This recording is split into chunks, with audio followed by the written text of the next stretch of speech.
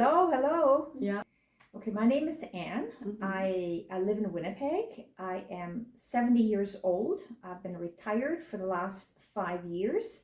And I live by myself. I do not have children.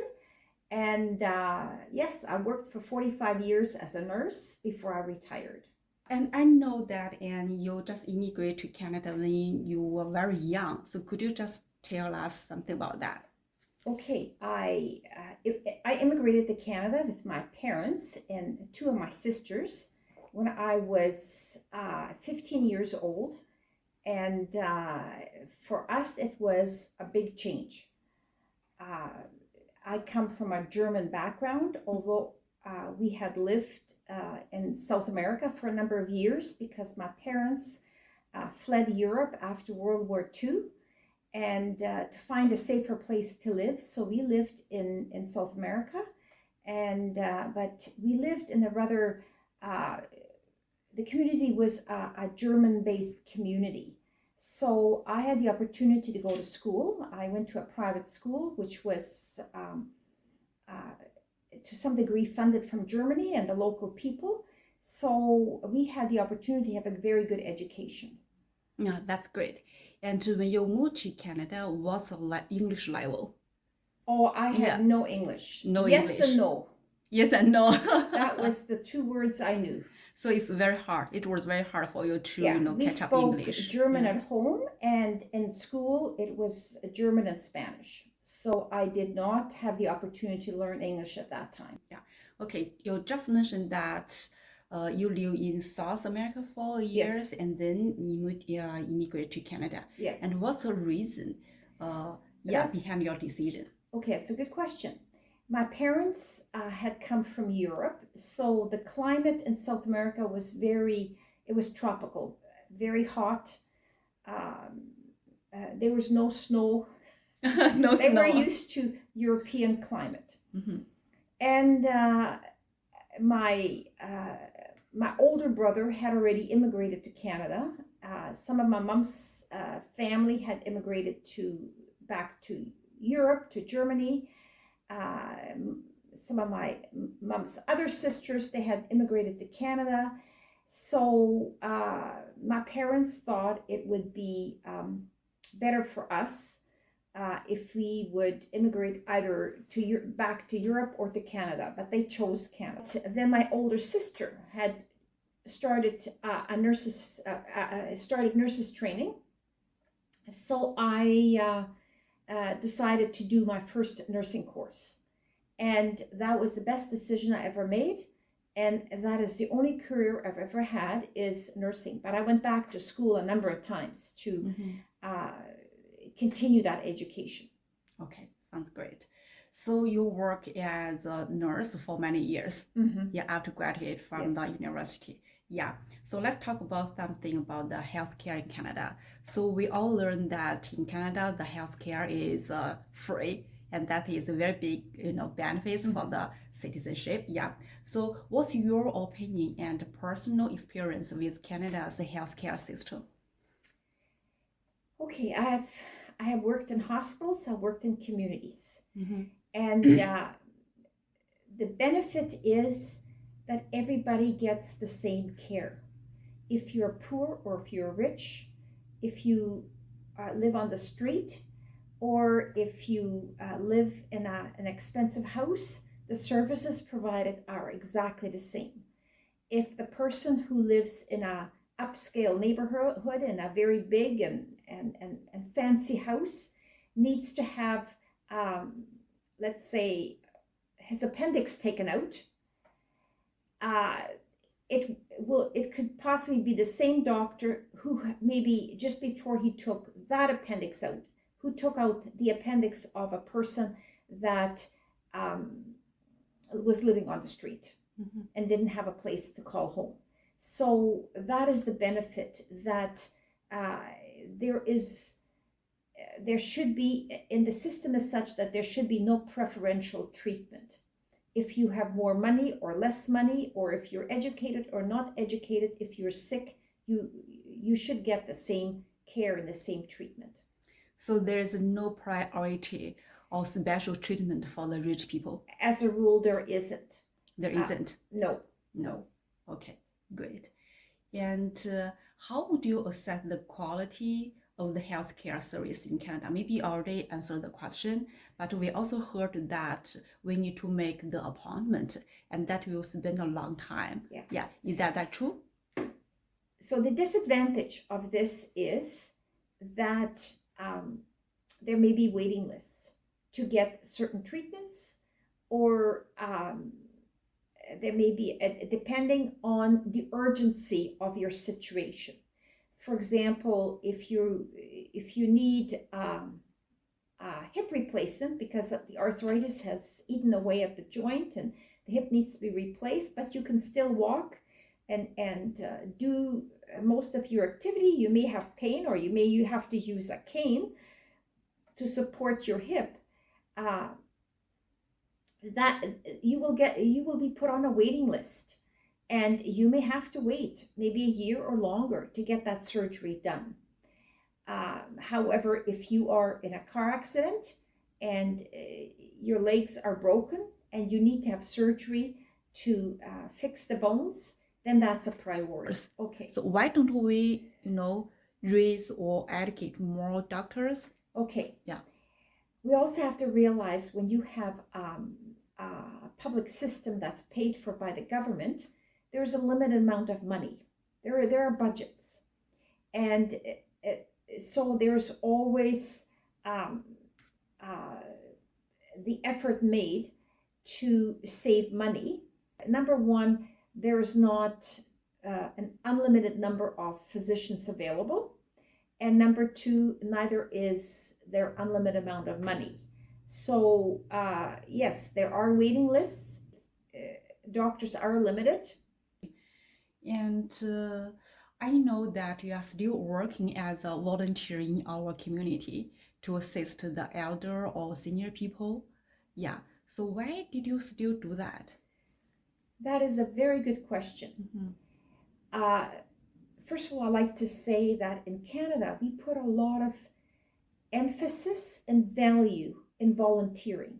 We believe that, number one, it's good for us to go and help others. It's good for us as a person. It's good for the people that we serve.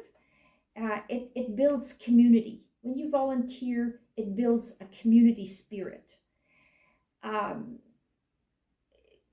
There's unlimited amount of work that can be done to support people in the community. So the government would never have enough money to hire staff to look after, to take care of many of the needs of our people in the community. For example, in a personal care home, they depend a lot on volunteers to help in the recreation department, even to help feed elderly people that cannot feed themselves anymore. So our institutions, they foster a spirit of volunteering. They try and attract people to come and help volunteer here. It makes you feel good as a person that volunteers, and also you deliver a service that is needed, and it also saves them money to a certain degree. Yeah, but you save the money. It's not save your money, it's save government's money. So you feel comfortable with that? Absolutely. But for me, it's also, it makes me feel as a person, it makes me feel valued if I can contribute something to society that helps other people. You just feel better inside to know that I made a difference in somebody's life and made them feel better. And especially people that are lonely, that may not have children, or that may not have family, or there's some people that have alienated themselves. They've cut relationships and have lived their life, and now they're older and they don't have that family support because they have not built it and now they may already have passed away, some of the family members. So to come and step into somebody's life and say, hey, you have worth and value as a person. I want to help you. I want to have a conversation with you. See, volunteers, they are not bound necessarily by time. They don't have to produce in order to get a pay. No, they're there. It's their presence. And yes, whatever they contribute, it's very valuable. But very often, those are the people that have more time to sit down with individuals and just say, tell me about yourself. Take an interest in who they are as a person. Take an interest in what some of their struggles are, what some of their worries are, and listen to them and make them feel that they're heard and that they're valued as a person. I know that you did a lot of work as a volunteer to help the elder people. And what's your thoughts on long-term care or elderly care services in Canada? Okay, that's a very good question. We live in a country where our aging population is increasing in numbers.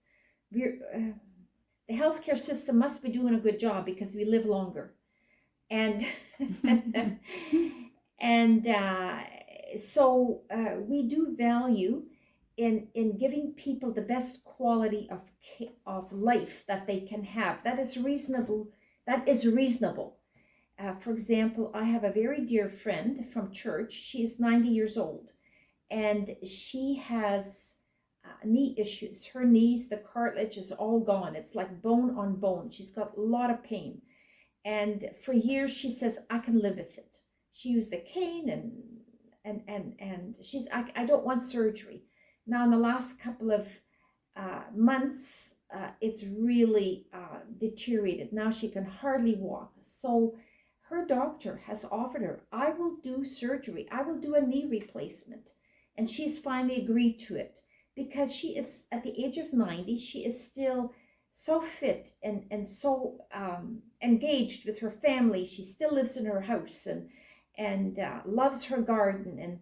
And so he said, we will do the surgery. We will schedule you so that you can continue to have quality of life. Now back to you. The question was, can you repeat the question? Okay.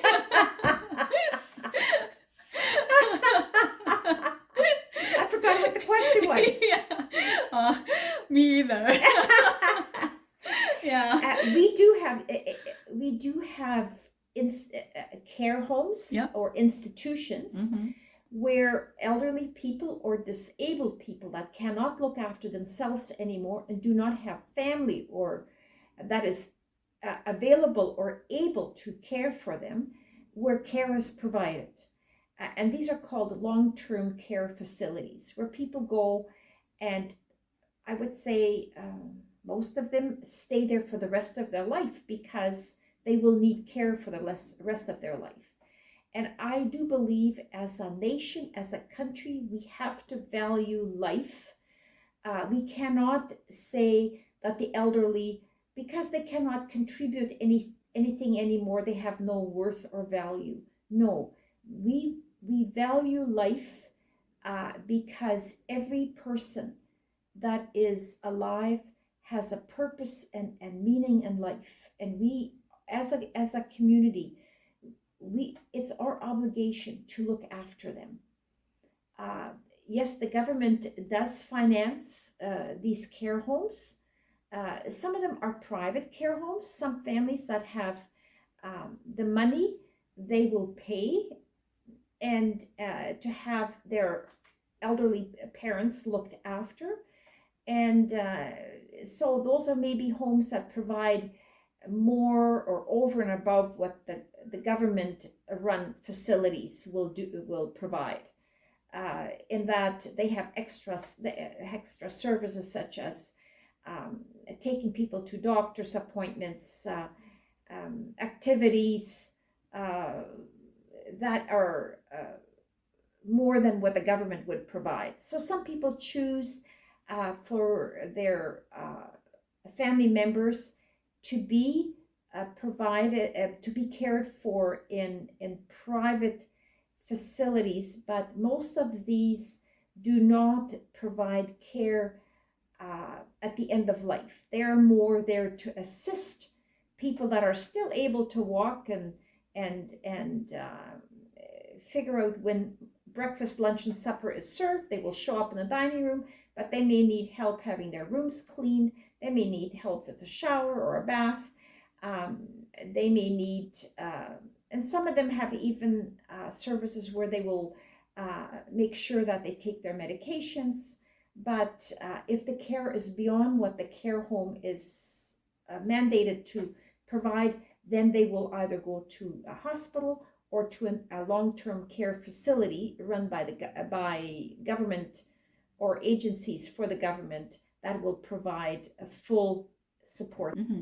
Can I say that, for example, if I live in Canada and when I became older, and the government will take care of me, and at the same time, the community, the volunteers will take care of me to allow me have a very, a good quality life. Yeah. Yeah. Okay, that is the goal. Mm-hmm. And will the government take care of me?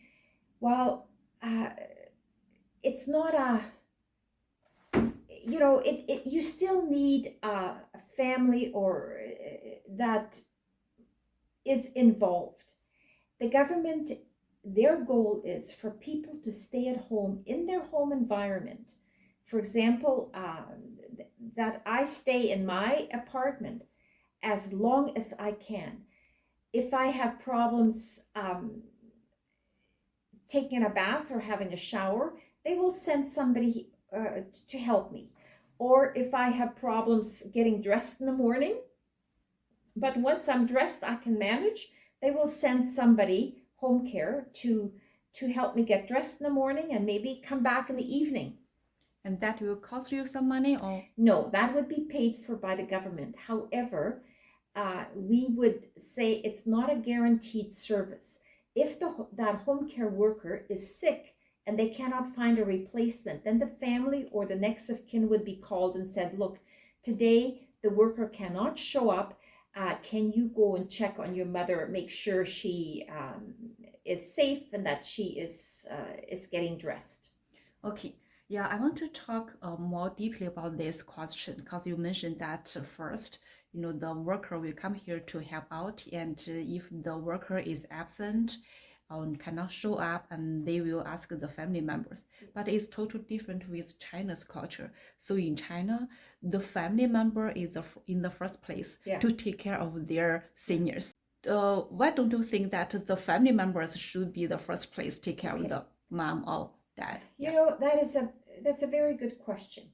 I think now I've lived 70 years and 55 of those years I lived in Canada, and I have worked 45 years in healthcare. Yeah. So I've seen a lot of changes. And I've seen a lot of changes. And a lot of the children are working full time. So they say, I cannot look after my mother. And the older people will say, I don't want to live with my son and daughter-in-law. They have their children, they have their life. I don't want to be a burden on them.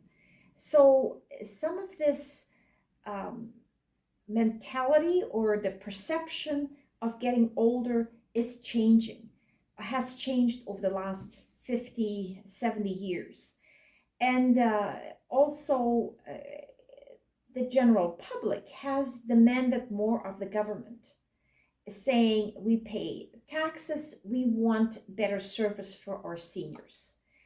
So depending which government is in power,